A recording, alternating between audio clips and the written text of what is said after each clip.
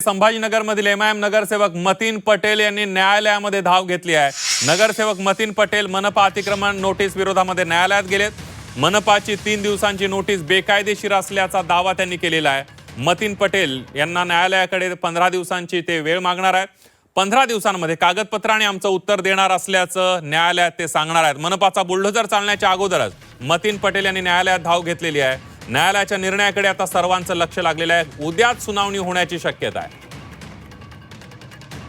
अधिक माहितीसाठी जाऊयात, आपले प्रतिनिधी विशाल करोळे आपल्या सोबत आहेत। विशाल,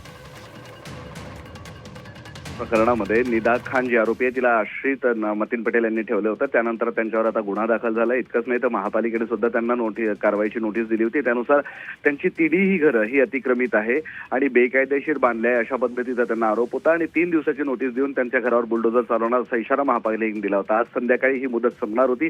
त्यातच आता मतीन पटेलचे कुटुंबीय न्यायालयात गेलेले आहेत आणि आम्हाला दिलेली 3 दिवसाची मुदत योग्य नाही आहे आणि आम्हाला मुदत वाढवून द्यावी, 15 दिवसांची मुदत द्यावी, जेणेकरून आमचं उत्तर, आमचं म्हणणं आम्ही मांडू शकू असं त्यांचं म्हणणं आहे। याबाबत पिटिशन न्यायालयानं दाखल करून घेतली आहे असं मतीन पटेल यांच्या कुटुंबियांचं म्हणणं आहे।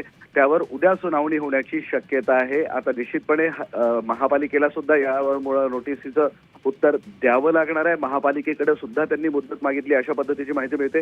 दरम्यान आता न्यायालय उद्या या सुनावणीनंतर काय निर्णय घेतं हे पाहणं महत्त्वाचं ठरणार आहे, कारण महापालिकेची मतीन पटेलच्या घरावर बुलडोझर चालण्याची तयारी पूर्ण झालेली आहे असं प्रशासनाकडनं सांगण्यात आलेलं आहे। अगदी धन्यवाद विशाल दिलेल्या सविस्तर माहितीबद्दल।